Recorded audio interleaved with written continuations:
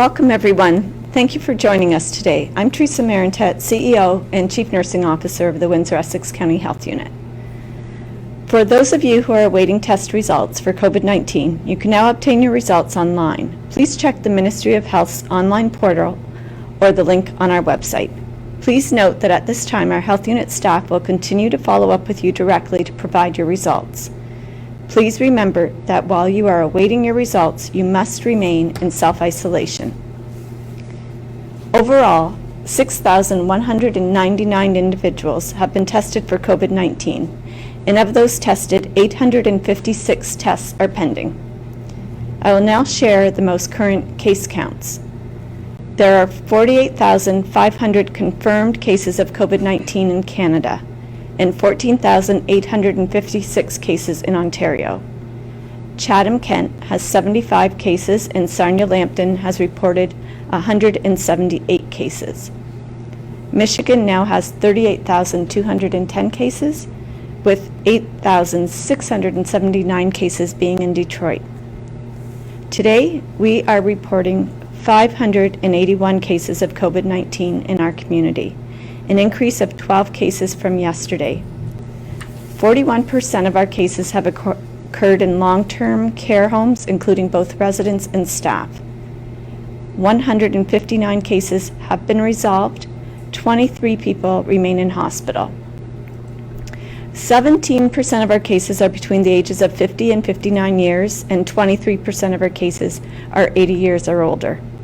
40% are male, 59% are female, and 1% remains unknown at this time. Our community has lost a total of 43 people to COVID. 30 deaths have occurred among residents in long-term care and retirement homes. Our health unit continues to work with 6 long-term care and retirement homes that are currently experiencing COVID-19 outbreaks. Testing for COVID-19 is based on a clinical assessment. Symptoms include fever, cough, difficulty breathing.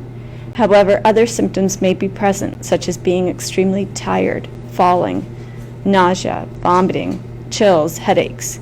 If you are feeling unwell and need to seek a health assessment for COVID-19, there are several options.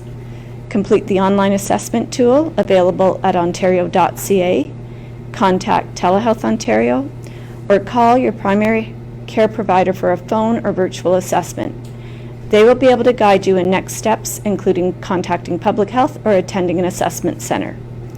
To access the virtual walk-in clinic, please visit ehealthwindsoressex.ca. Windsor-Essex has 2 assessment centers, Erie Shores Healthcare in Leamington and Windsor Regional Hospital Alette Campus.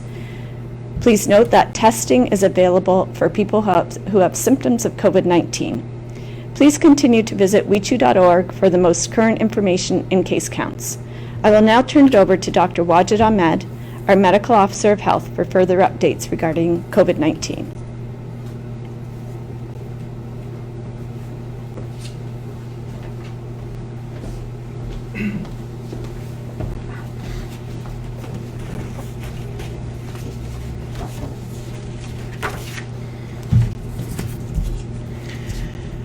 Good morning, everyone. It is with incredible remorse that I report the loss of 5 more deaths in our community related to COVID-19. 2 female in their 80s, a female in her 60s, a male in his 50s, and a female in his 50s. All these individuals were positive for COVID-19. Each of these individuals have a family and that is grieving a great loss, and I wish to express my sincere sympathies to them. As we are coming up with new guidelines and new recommendations for the residents of Windsor-Essex, we know that many of the residents in Windsor-Essex rely on public transit for their essential transportation needs, and the health unit put out recommendations for public transit system to ensure all measures are in place to protect our transit employees and the public who rely on transit system. The full recommendation on transit use can be found on our website, but I'd like to highlight some key recommendations, especially for the transit riders. Do not take public transit if you're feeling unwell or have any symptoms suggestive of COVID-19. Allow space to maintain physical distancing from each other and from the driver. Do not touch any surface in the bus shelter while you wait for the bus. Keep and use an alcohol-based hand sanitizer to clean your hands before entering the bus and after exiting the bus. Wearing a facial covering or non-medical mask in the community has not been proven to protect the person wearing the mask. However, it can be considered as an additional measure you can take to protect others around you when physical distancing is not possible. Remember, wearing a mask is not a substitute for physical distancing and hand washing. On another recommendation, as the weather warms, the community is beginning to contemplate yard and pool maintenance. The Windsor-Essex County Health Unit has received a number of requests to provide guidance and direction for these services. The Emergency Management and Civil Protection Act identifies the essential businesses permitted to operate and conditions of operations for both essential and non-essential businesses. Lawn care, landscaping, and pool maintenance services are only permitted to operate if providing services that is necessary to maintain safety, security, and sanitation of properties. Today, we are providing our guidance for essential landscaping and pool maintenance considered necessary for health and safety of the property owners and the community. In particular, to ensure properties remain free from tall grass and standing water to prevent tick and mosquito breeding habitats. Permitted services include lawn cutting, yard maintenance, clearing of debris such as leaves, branches, detaching and rolling, fence or deck repairs, pool maintenance. All other landscaping activities for aesthetic or beautification of purposes should be suspended and are not permitted at this time. This includes new fence construction, new deck builds, or new pool installation. In our guidance document, COVID-19 guidance for lawn care and pool maintenance service providers, that is available on our website, the Windsor-Essex County Health Unit further outlines instructions for the safe operation of these services for both employees and employers. These recommendations are important to ensure the health and safety of our community during and residents are most importantly to workers providing essential services. While I recognize everyone is ready to get back to normal, it is important that it is at this time we continue to limit the trip outdoors to only what is considered essential. Thank you.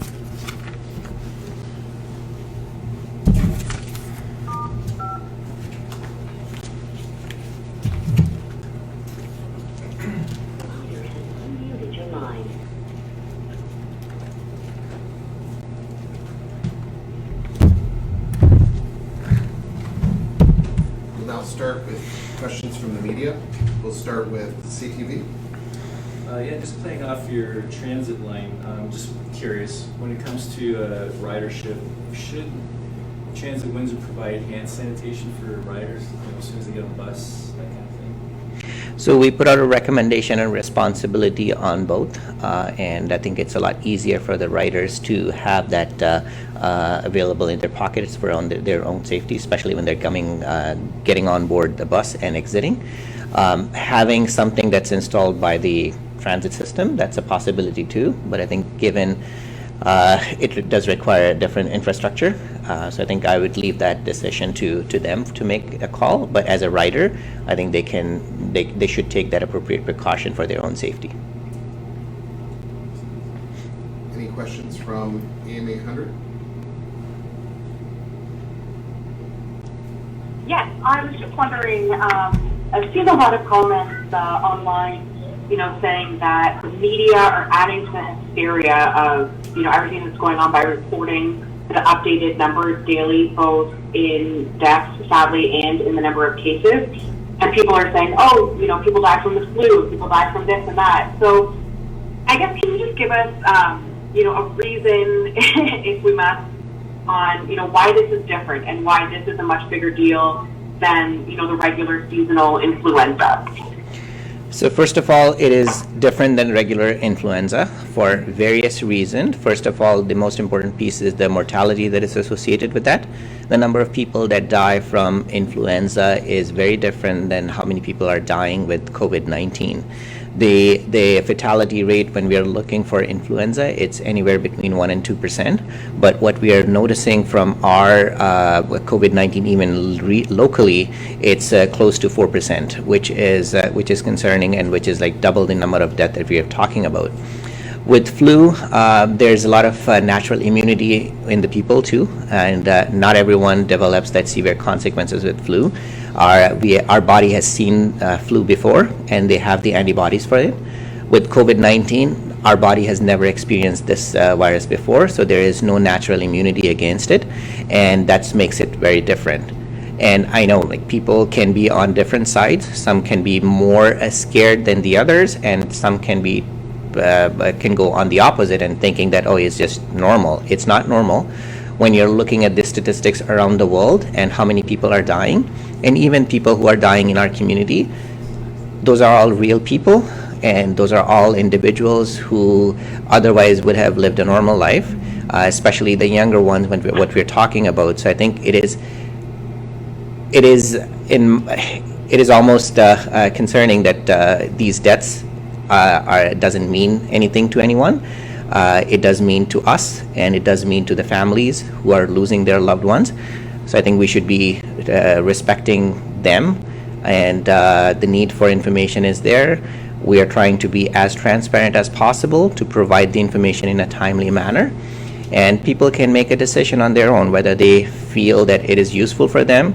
Those who find it useful, they will continue to look for it. Those who don't find it useful, I think they have a choice too. Okay, thank you. Any questions from Windsor? I'm okay, thank you. Any questions from CBC? Yes, good morning. Franklin Gardens is back on the outbreak list. One resident, one staff member. They were considered out. So is the 2-week time span maybe not long enough to call an outbreak completely done? Well, 2-week timeline is based on the incubation period, the maximum incubation period that we can see for this COVID-19 disease, and so those recommendations are based on it. When we are doing mass testing, that's where we can find some of the additional cases and anyone who can develop symptoms later on, and that does put a home under outbreak again, and requires all those measures to be in place, and we'll continue to do that. And it's possible that there could be other homes too that after they come out of the outbreak, and if they have a case, we'll put them back in outbreak to ensure that we are protecting the other residents as well. There are a number of measures that are put in place.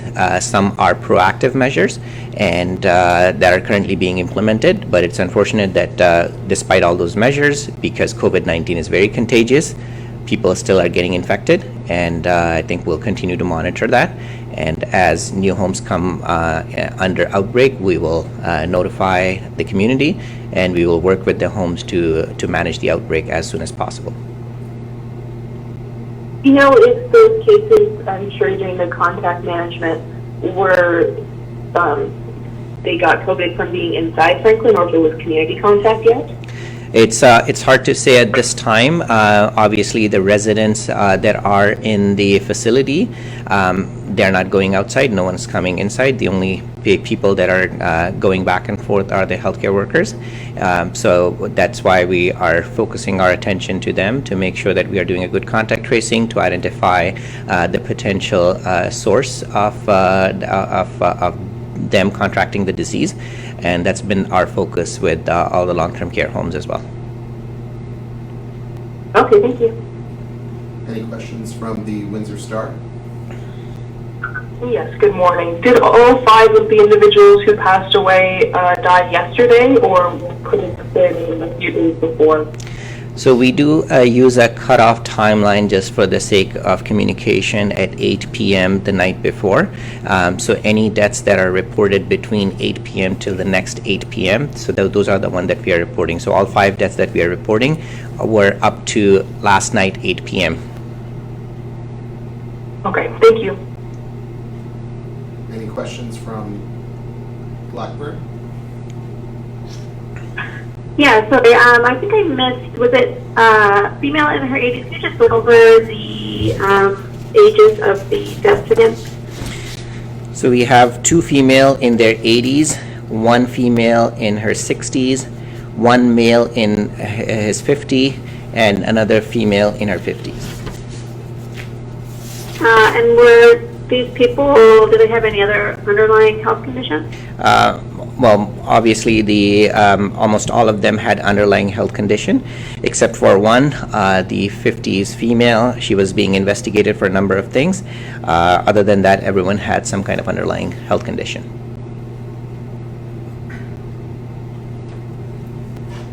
Any further questions from CTV? AM 800?